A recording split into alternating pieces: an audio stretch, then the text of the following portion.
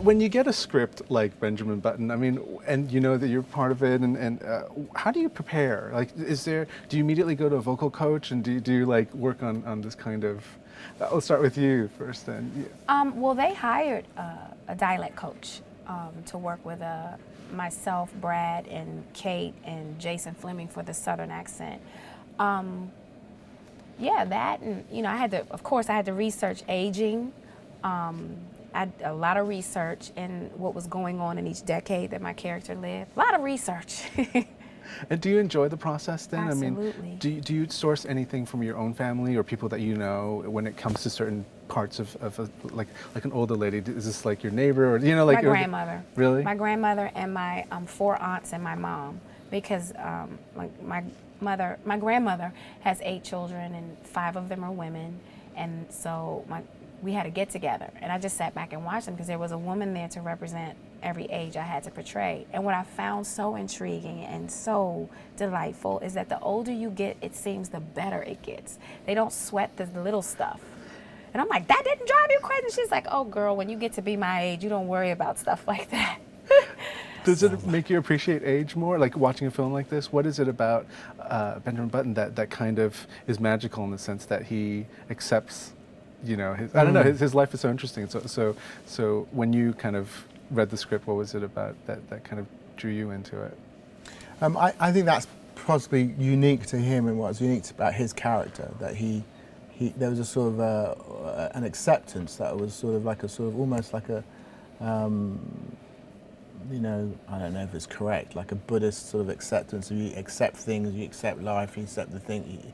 So he wasn't fighting against the cards that he'd been dealt, but I haven't got to that point in my life, but I'm still working on it. In terms of this, it's a great character, it's a beautiful script, and I personally didn't feel like I didn't go out and do a lot of research, but because I just felt like I had it, I got it, I got the character.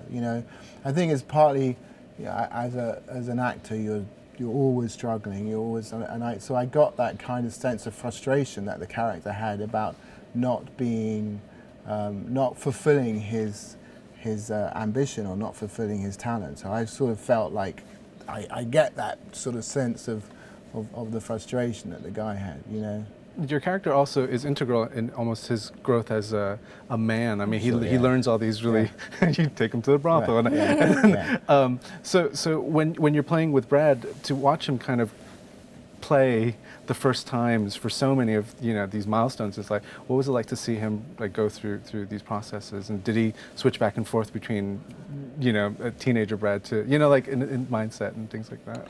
Well. That scene, the scenes in the brothels, was with an actor called Robert Town, I think. Yeah, I think so. And the stuff that they did with Brad, that was the part of the post effects thing that they did. So I didn't actually do that stuff with Brad. It was a different actor, and they worked with Brad afterwards and did this technique on. So.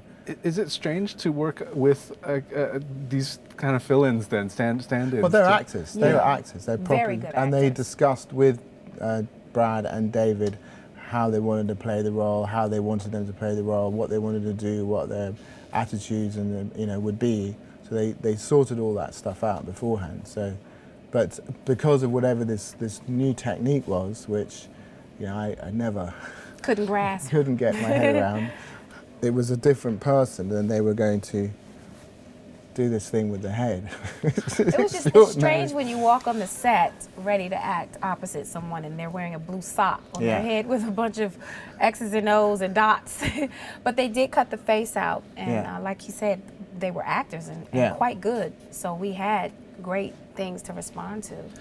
Your character has a really great house where people just kind of go to live, and you accept them, and then when they pass, you just kind of accept that this is like almost like a halfway house to where they need to go to, and so when you're in a place that's surrounded by death, did it give you any kind of insight to I guess everybody's inevitable end then, did you talk with what was it about that house that kind of maybe taught you some stuff? Well, I had just lost my dad a year prior to filming this, and I was devastated. You know, the character, Queenie says you never know what's coming for you, and I certainly didn't see that curveball because it was sort of abrupt. But I needed this film. It was so therapeutic for me because the first thing you want to do is ask why now, why he's so young, you know. But we're not promised a certain amount of time on this earth. And Queenie has such an understanding of the cycle of life. I thought that's the kind of woman that needed to raise Benjamin Button. So it just gave me a whole new perspective on life and death. It's inevitable. You know, that's the common thread we all share as humans, no matter the race, the creed, sex. And it also allowed resolve for the loss of my father. So very therapeutic film for me. Does a film like this kind of make you aware of your growing old, and do you fear being aged? I'm never gonna look like that. I'm gonna look like this. You embrace it, because it's what's gonna happen. You just embrace it. Or if you fight it, you look like you're fighting it. And as a male, I just hope I just handle it gracefully, and you know, because you don't have you can either fight against it or take it gracefully. But it's happening. It's happening to everybody.